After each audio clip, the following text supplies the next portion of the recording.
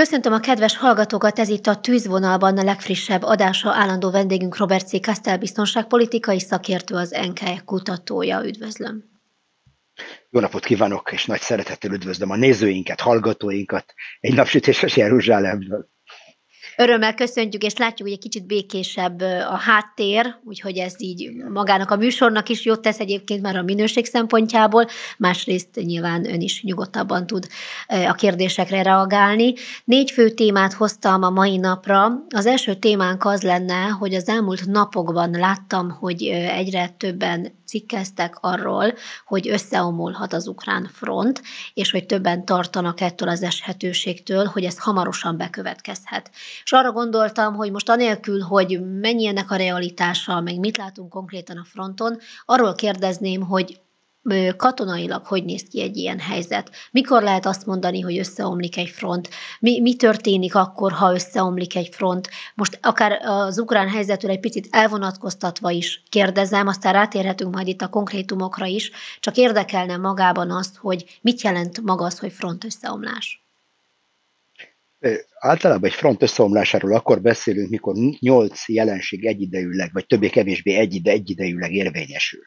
Tehát nem szükségszerű, hogy mind a 8 bekövetkezzen, és megjósolják, tehát mint előfutárai egy front összeomlásának, de nagyjából azt látjuk, hogy az a front, amelyik összeomolni készül, ott látunk területveszteségeket, tehát ott látjuk, hogy az a visszavonuló védekező fél, amelyik az összeomlás előtt áll, az elkezd területeket veszteni.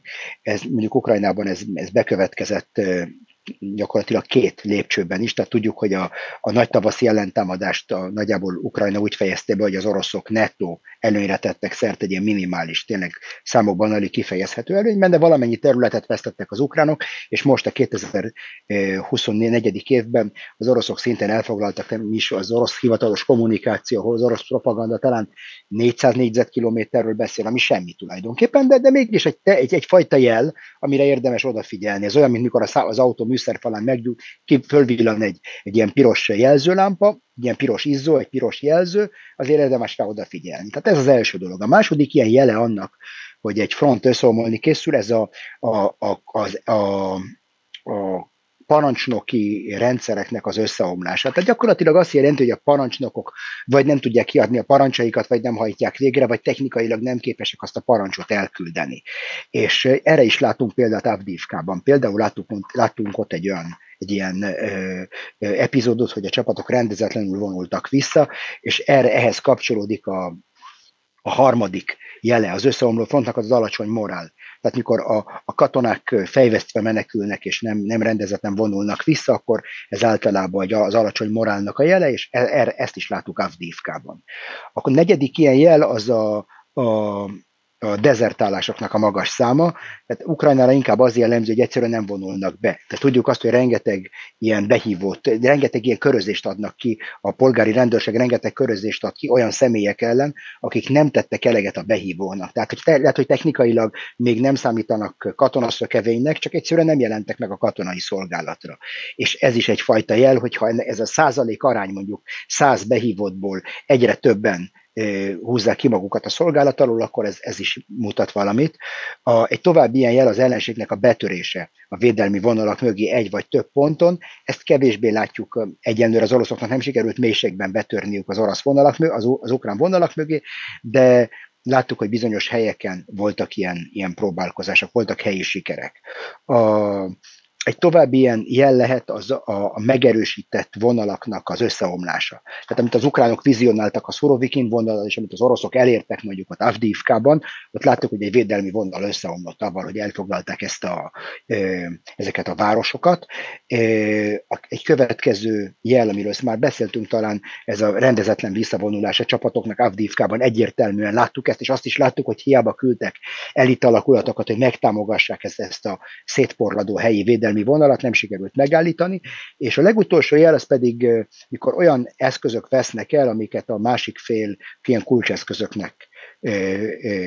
kulcseszközként tart számon. És erre jó példa lehetnek az Abrams tankok, láttuk az első HIMARS-nak a bizonyított megsemmisítését is. Tehát én azt mondom, hogy pusztán szakmailag tekintve a dolgot, épp ugye, hogy a Harkivi Kharkiv környéki ellentámadás során ugyanezeket a jeleket láttuk az oroszoknál, most ugyanezeket a jeleket látjuk az ukrán fronton, és ezek igenis lehetnek az előjelei annak, hogy a front összeomolhat, hogyha az oroszok egy nagy nyomást fejtenek ki a front teljes hosszában. Ha egy picit most ugye a birkózásra, mint sportra gondolunk, és kicsit párhuzamot vonunk itt a háború és között, akkor ott is van egy olyan időszak, már mint a birkózásra gondolok, amikor egymásnak feszülnek a felek, piciket lépkednek előre, hátra, úgy tűnik, hogy igazából nem történik semmi, de az egyik fél elkezd fáradni, és akkor, ha a másiknak van még olyan energiatartaléka, amit ilyenkor bedob, na akkor tud erőt venni a másikon, és akár annyi pontot szerezni, amivel megnyeri a meccset. Most elképzelhető az, hogyha itt akár foltokban, akár szakaszosan, akár helyi, lokálisan elkezdenek ilyen problémák történni az ukrán fronton, és az orosz hírekből pedig annyit lehet hallani, hogy újabb mozgósítás, még nagyobb erőbedobás, megpróbálnak most még valamit mutatni, akkor egy ilyen hirtelen előrenyomulással fel tudják őrölni ezt az egész ukrán védekezést, és előre tudnak nyomulni akár olyan szinten is, amire eddig nem gondoltunk, és ezt azért kérdezem így, mert voltak ilyen prognózisok vagy gondolatok, hogy akár a Dnyeperig vonulhatnak az oroszok, hogyha itt tényleg összeomlás történik, akár Odesszát is bekeríthetik, elfoglalhatják. Tehát hogyan látja ezt? Én úgy gondolom, hogy főleg a haditechnika jelenlegi állása miatt, jelenlegi állapota miatt a védelem sokkal erősebb, mint a támadás. Ezt már többször kifejtettem, hogy miért gondolom így. Sokkal könnyebb ma tűzerőt koncentrálni a front bizonyos szakaszára, mint harceszközöket, mondjuk egy harckocsi dandárt, vagy egy páncélos hadosztályt, amivel aztán mélységi áttörést lehetne megkísérelni. Tehát körülbelül 10-szer annyi időbe telik összevonni ezeket a csapatokat, meg ezeket az eszközöket, mint az ellenfélnek a saját tűzeszközeit erre a szakaszra koncentrálni. Tehát régen ágyukat kellett volna mondjuk ott odavontatni, most nagy távolságból légierővel, vagy pedig csöves tüzérséggel, vagy rakétatüzérséggel nagy távolságból csapásokat lehet mérni erre a csapatkoncentrációra. Ezért nem látunk nagy csapatkoncentrációkat. És ezért én úgy gondolom, hogy nem ez a forgatókönyv, amit fogunk látni ebben a háborúban, hanem amit fogunk látni, az egy orosz nyomás a taktikai szinten, nem ilyen nagy látványos páncélos ékekkel, amit a második világháborúban látunk, hanem helyi orosz nyomás a front teljes hosszában, amelyik egységesen fejt ki egy nyomást az ukrán frontra, és ezáltal vezethet a front összeomlásához. Szerintem ez egy sokkal valószínűbb forgatókönyv, és az orosz háború logikája, az orosz háborús logika, az orosz stratégia eleve egy atríciós logika, tehát nem feltétlenül területet akarnak. A célpontjuk nem egy bizonyos számú négyzetkilométer elfoglalása, hanem az egész ukrán hadseregnek az összeomlása. Elérni azt, hogy az egész ukrán hadsereg összeomlik, és akkor minden elérhetővé válik. Tehát erre szokás azt mondani, hogy nem csak az atombomba egy totális fegyver, avval szemben, aki védtelen, avval szemben egy kőbalta is egy totális fegyver. Tehát amikor már Ukrajnának nem lesz lehetősége védekezni, akkor az oroszok elérhetik minden céljukat tulajdonképpen. És nekem ez tűnik az orosz háborús logikának ebben a háborúban, ennek az atríciós logikának, és látjuk azt, hogy pont ez az a harcform, amivel Ukrajnának igen nehéz megküzdenie. Miközben ugye az elmúlt adásban beszéltünk arról, hogy ikonokba rejtett bombákat próbáltak megcsempészni Oroszországba, valószínűleg ukránok. Emellett pedig lehetett hallani egy olyan hírt is, hogy Tatárföldön hajtottak végre dróntámadást, szintén ukránok, és ezzel kapcsolatban lenne kérdésem, hogy konkrétan magukból, ezekből a cselekményekből mit vonhatunk le, ukrán oldalról, tehát hogy mire mutatnak, milyen jelek ezek, illetve hogy maga a tatárföldi támadás az mennyire számít jelentősnek, mert ahogy láttam, ugyanúgy nyilván, ahogy az összes többi harci cselekmény kapcsán van, aki lebecsüli, és azt mondja, hogy jó, hát ez nem jelent semmit, mások pedig felmagasztalják, hogy fú, ez egy hatalmas áttörés, ez most megmutatta, hogy az ukránoknak mekkora erejük van. Ön melyik vélekedést tartja közelebb az igazsághoz? Hogy először is mindenkinek igaza van, és ahhoz, hogy megértsük, hogy miről van szó, érdemes analitikus eszközökkel szétszedni ezt a kérdést. Tehát ennek egy ilyen támadásnak mindig van egy lélektani lélektani vetülete, de nagyon egy morális csapást mér az ellenségre, egy morális támogatást ad, morális hátszellet ad a saját csapatainknak, a saját polgári lakosságunknak, egy morális hátszellet ad azoknak a nyugati államoknak, amik támogatják Ukrajnát. Tehát van egy ilyen nagyon komoly, az információs hadviselés szintjén van egy nagyon fontos, nagyon komoly jelentősége. Ami a kinetikus részét illeti a dolognak, hogy mekkora kárt okoz az Oroszországnak, akkor érdemes elvégezni azt a számítást, hogy hány kiló robbanóanyagot tud egy ilyen drón elszállítani, hány ilyen drónja lehet Ukrajnának, és egyszerűen kiszámítani azt, hogy mondjuk egy hónap alatt Ukrajna hány kiló robbanóanyagot tud feladni a FedEx-en, amit úgy hívnak, hogy ezen a gyorspostán, amit úgy hívnak, hogy a drón, hogy megérkezzen valahova Oroszországba, és akkor kapunk egy számot. És akkor érdemes, ezek a számok, ez a szám önmagában nem jelent semmit. Ez a szám önmagában csak akkor jelent valamit, ha összehasonlítjuk, mi történik a határ másik oldalán. Az oroszoknak hány ilyen eszközük van, és hány kiló robbanóanyagot tudnak elszállítani, szintén egy hónap alatt a határ ukrán oldalára. És akkor érdemes összehasonlítani ezt a két számot, és akkor ebből már lehet következtetéseket levonni. De mindig azt szoktam mondani, hogy azok, akik újongtak a háború elején, hogy az oroszok elvesztettek 1300, 1400, 2000, 2500 tankot, teljesen mellékes a szám, és akkor mindig föltettem a kérdést, hogy ez most jó vagy rossz. És akkor nem értették, hogy mire gondolok. És a célzás igen egyszerű volt. Arra gondoltam, hogy a háborút az nyeri meg, akinek megmarad az utolsó túlélő tankja. Tehát az ukránoknak egyetlen egy tankja nem marad, az oroszoknak marad egy tankja, akkor nagyobb a valószínűsége annak, hogy ők nyerjék meg a háborút. Tehát nyilvánvaló, hogy ezek abstrakciók, amikben beszélek. Mit akarok ebben mondani, hogy csak úgy érdemes ezeket a kérdéseket megválaszolni, hogy a mérleg mindkét serpenyőjét megvizsgáljuk. Tehát mi az a kár, amit az ukránok tudnak okozni, mi az a kár, amit az oroszok tudnak okozni Ukrajnának, és ezt a kettőt összehasonlítva kimondhatjuk azt, hogy a kinetikus fronton mondjuk úgy, ez a támadás jelentős volt-e, vagy nem volt jelentős. Akkor hozom a következő témánkat, ami Romániával kapcsolatos, ugyanis egy új törvénytervezetet fognak úgy tűnik elfogadni Romániában, méghozzá arra vonatkozik ez a törvénytervezet, hogy új jogköröket kaphat a miniszterelnök, méghozzá olyat, hogy az ország területén kívül is intézkedhessen a katonassággal román állampolgárok védelmére vonatkozóan. Többen azt gondolják, hogy ez a törvény kiegészítés, változtatás, ez arra vonatkozik, hogy akár Ukrajnába mehetnek román katonák, mert hogy ugye egy nagyszámú román kisebbség él egyébként Ukrajnában, illetve ugye Moldovával is összefüggésbe hozzák magát ezt a törvénytervezetet. Mennyire problémás vagy kérdéses például egy ilyen helyzetben az, hogy ugye vannak egy külhoni kisebbség, Románia szempontjából is, például Ukrajnában, és az ő hozzájuk való viszony, az, hogy őket mennyire tudja például az anyaország megvédeni, kell-e megvédeni, hogy hogyan néz ez ilyenkor ki? Én úgy gondolom, hogy a természetes jog, mondjuk úgy, vagy egy angol száz kifejezést használják, azt mondaná, hogy én az állammal kötöttem egy társadalmi szerződést. A szerződésem az állammal az, hogy én lemondok a személyes szuverenitásomnak egy jelentős részéről, és ennek cserébe az állam köteles engem megvédeni. Az tényleg a lőtéri kutyát nem érdekel, hogy én most hol vagyok. Én most Ukrajnában vagyok, vagy Moldovában vagyok, vagy a távol-keleten vagyok. Én részvényeket fizettem be ennek az országnak, és ha valamilyen bajba kerülök, akkor elvárom, hogy az állam, amihez tartozok, az mindent megtegyen, hogy jöjjön és segítsen rajtam, ha kell katonai erővel is. Tehát én szerintem pont ez a társadalmi szerződés, amiről az újkor politikai gondolkodói beszéltek, ilyen egyszerű ez az egész. Ehhez nem kell törvényeket hozni, és nem kell semmit hozni. Én azt hiszem, hogyha van egy sziget valahol a Fekete-tenger közepén, az Atlanti-óceán közepén, és ott román állampolgárokat ejtenek túszul kalózok, akkor elvárom azt, hogy a román államtól, hogy odaküldje a különleges műveleti alakulatait, és megmentsék őket. Tehát szerintem ez magától értetődik.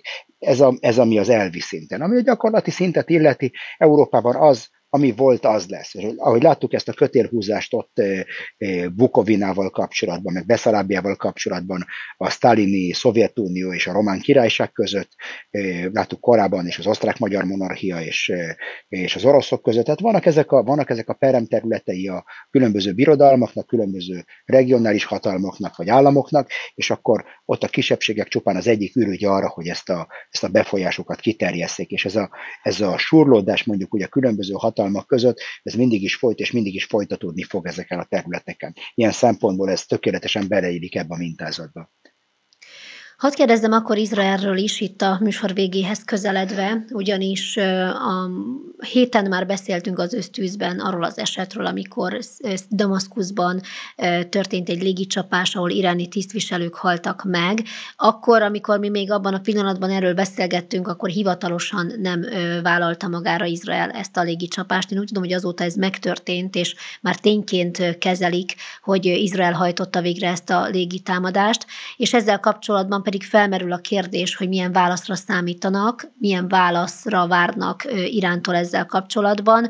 Eszkalálódhat-e ez a konfliktus, illetve láttam, hogy elemzések foglalkoznak azzal, hogy ez az iráni-izraeli proxy háború most kiteljesedhet, vagy egy veszélyes fázisába került itt ezen a héten ezeknek az eseményeknek a következtében.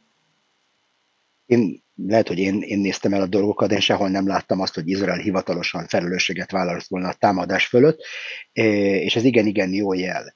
Ez annak a jele, hogy Izrael nem akarja mindenképpen eszkalációra provokálni Iránt. Tehát voltak ilyen elképzelések, hogy Izrael ezt csak azért csinálta, mert ezzel akarták háborúba provokálni Iránt. De ez a feltételezés akkor állna meg a helyet, hogyha Izrael jön, és akkor nyilvánosan felelősséget vállal a támadás fölött, és ezzel gyakorlatilag egy kényszerpályára állítja az iráni vezetést, akik kénytelenek reagálni még akkor is, hogyha Jobbik azt mondja, hogy inkább ne reagáljanak most, mert az arcvesztés problémája miatt. Tehát ameddig Izrael ezt nem ismeri el nem ismeri el hivatalosan, addig a Iránnak mindig megvan a lehetősége arra, hogy ne reagáljon, ha nem akar. Ha úgy gondolja, hogy a politikai magasabb, a hosszú távú politikai érdekei azt diktálják, hogy most ne reagáljon, akkor ez lehetőséget ad neki. Abban a pillanatban, hogy Izrael felelősséget vállal, akkor már kényszerpályára kerül az iráni vezetés, akkor kénytelenek reagálni mindenképpen.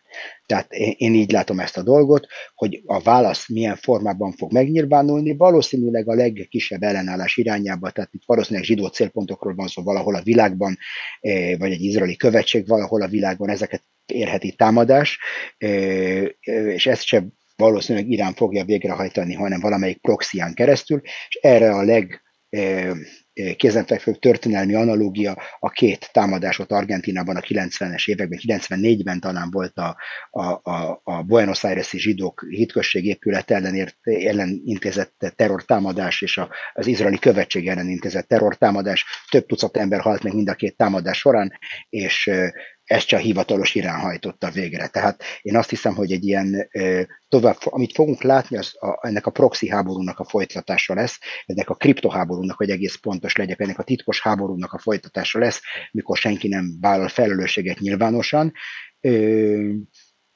Lehet, hogy meglepetést fogunk látni, és az irániak más stratégiát választanak. Az igazság az, hogy nem látunk bele ebbe a biliárdgolyóba, amit Iránnak neveznek. Nem tudjuk pontosan, mik azok az erőviszonyok ott a rendszeren belül, amik rákényszeríthetik a legfelsőbb iráni vezetőt arra, hogy egy rossz döntést hozzon belpolitikai okokból, még akkor is, hogyha geopolitikai vagy biztonságpolitikai megfontolásokból nem lépni meg ezt a lépést. Tehát gyakorlatilag minden opció nyitva van. Tehát ennyire fontos az egyébként, hogy hivatalosan mit kommunikálnak a felek, hogy mit vállalnak el, mi az, amit nem vállalnak el, mi az, amit mondjuk azt, hogy sejtik, vagy szokták mondani, hogy mindenki tudja, csak ugye nem beszélünk róla, hogy ki mit csinál. Ez ennyire fontos? Ez ennyire fontos? Hát látjuk azt, hogy 2003-ban, ha jól emlékszek, Izrael lerombolta Szíriának az atomfegyver projektjét, Deir ez-Zorban. Repülőgépek jöttek, lebombáztak, csokkolom.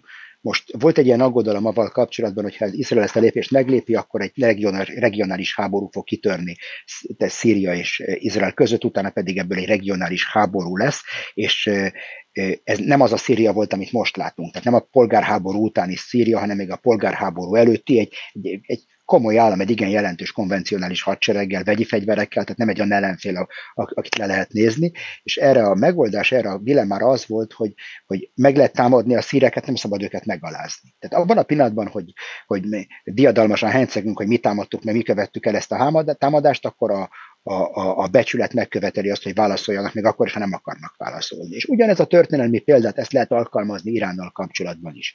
Ameddig nincs itt egy hivatalos felelősségvállalás, addig Iránnak sokkal nagyobb a mozgástere. Tehát lehetővé teszi azt, hogy Irán, ha nem akar, ne reagáljon, épp úgy, mint a szírek 2003-ban, vagy egy alacsonyabb szinten reagáljanak, mert különben az a vád érheti őket, hát csak ennyit ért nektek ez a 3 tábornok, vagy ezek a tisztek, akik ott az életüket vesztették, vagy tudom, mint kilőttetek 3 rakétát, meg 2 drónt, ennyit ért nektek ezek, ennyire becsülitek őket? Tehát itt a válasznak a magnitudóját is beárazzuk avval, hogyha elismerjük ezt a dolgot. Arra kényszerítjük a másik felet, hogy egy hasonló nagyságrendű választ adjon. Tehát én így látom ezt a dolgot, és ennek igen komoly az elrettentésben és a kommunikációban a két hatalom között ezeknek a dolgoknak igen komoly jelentősége van. Október 7-e óta, az eltelt idő óta hogyan látja egyébként Irán és Izraelnek a viszonyát? Rosszabb lett a helyzet, vagy közelebb van egy eszkalációhoz a jelenlegi helyzet, vagy sikerült bizonyos dolgokat mérsékelni? Úgy gondolom, hogy ezek vegyes dolgok, és ezeket nem lehet, mindig olvasom ezeket az újságcímeket, és ezek olyan kérdések, amiket nem lehet egy ilyen egysorosban megválaszolni, hogy az egyetlen nyertes ennek az egész dolognak Irán. Nem pontosan, egyáltalán nem így van. Tehát amit láttunk azt, hogy Irán kiépített egy ilyen, mondjuk úgy, hogy ez a polip, ez kinövesztett egy sort kart, amivel ilyen szorítófogásba fogja Izraelt, és arra számította ez a polip, az iráni polip, hogy ha Izrael háborúba keveredik az egyik ilyen karjával a polipnak, akkor a többi karja olyan nyomást tud rá gyakorolni, ami eltántorítja Izraelt a szándékaitól. És akkor látjuk azt, hogy Irán gyakorlatilag beleadott apait és anyait, ahogy mondani szokás, csak a konyhai mosdót nem vágta hozzá Izraelhez, tehát láttuk a huszik támadtak, láttuk a libanoniak támadtak, az iraki sita milíciák támadtak, Cisjordániában különféle terrorszervezetek elkezdtek mozgolódni, stb. És még mindig nem tudták Izraelt rákényszeríteni, Irán nem tudta Izraelt rákényszeríteni arra katonai eszközökkel, hogy megállítsa a háborút a Hamasz ellen. Tehát egyrészt egy nagyon drámai tükröt állított az iráni vezetés elé, hogy ezek a Kínnal, Keservel képített proxik gyakorlatilag nem képesek eltántorítani Izraelt a céljaitól. Ez az egyik része a dolognak. A másik része a dolognak látjuk azt, hogy Irán képes egy olyan válságot kreálni itt a Közel-Keleten, amelyik pillanatok alatt a második vagy a harmadik sorba szorította vissza az ukrán válságot, és nem kizárt, hogy ezt az amerikai elnököt meg fogja buktatni. Tehát látjuk azt, hogy a globális szinten óriási befolyása van Iránnak, ezeken a proxikon keresztül olyan folyamatokat tud beindítani, amik befolyásolhatják, nem csak az olaj, hanem különböző áruknak az árát Európában, Kínában, hatnak az Egyesült Államokra, hatnak erre az ukrán-orosz frontra is, tehát nagyon-nagyon komoly befolyással rendelkeznek, tehát ezért mondom azt, hogy ez nem lehet egyértelműen feketeként leírni. A rekordja ennek a vállalkozásnak vegyes, és még nem csengett le a dolog, tehát még nem zártuk le a dolgot. Hogyha a háború folytatódik abba az irányba, amit valószínűleg tartok, hogy folytatódni fog, hogy a Rafát is elfoglalja Izrael, és akkor ebből a Hamász gyakorlatilag, mint katonai szervezetet, mint egy kvázi állami entitást levettük az asztalról, utána lesz egy konfrontáció a Hizbalával, ahol szintén a Hizbala is komoly károkat fog szenvedni, akkor gyakorlatilag Iránnak a különböző proxi, nem is Irán maga, de Iránnak ez a proxy hadserege igen súlyos csapást szenvedett. Hogyha viszont a nemzetközi közvélemény megállítja Izraelt most a háború közepén, és ezek a dolgok nem következnek be, akkor Irán nyugodtan joggal feltételezheti azt, hogy további provokációkat hajthat végre, nem csak Izrael ellen, hanem az egész nemzetközi hajózás ellen, meg az egész nemzetközi rendszer ellen, és akkor gyakorlatilag nincsenek közvetlen következményei. Tehát még túl korai, ahogy Deng Xiaopinget egyszer megkérdezték, hogy mi a véleménye a francia forradalomról. 300 évvel igaz a forradalom után, és erre azt mit mondott? Azt mondja, it's too soon to tell, túl korai még megmondani, hogy mik a francia forradalomnak a következményei. Itt nem 300 év telt el, hanem még gyakorlatilag egy nap se telt, a háború még folytatódik, de majd meglátjuk. Nagyon szépen köszönöm Robert Szikesztelnek, biztonságpolitikai szakértőnek, az NKI kutatójának, hogy a rendelkezésünkre állt. Ezúttal csak rövidebben tudtunk beszélgetni, de ígérem, hogy a következő alkalommal kárpótoljuk majd a hallgatókat. Ezért nagyon szépen köszönöm. Köszönöm szépen, viszontlátásra.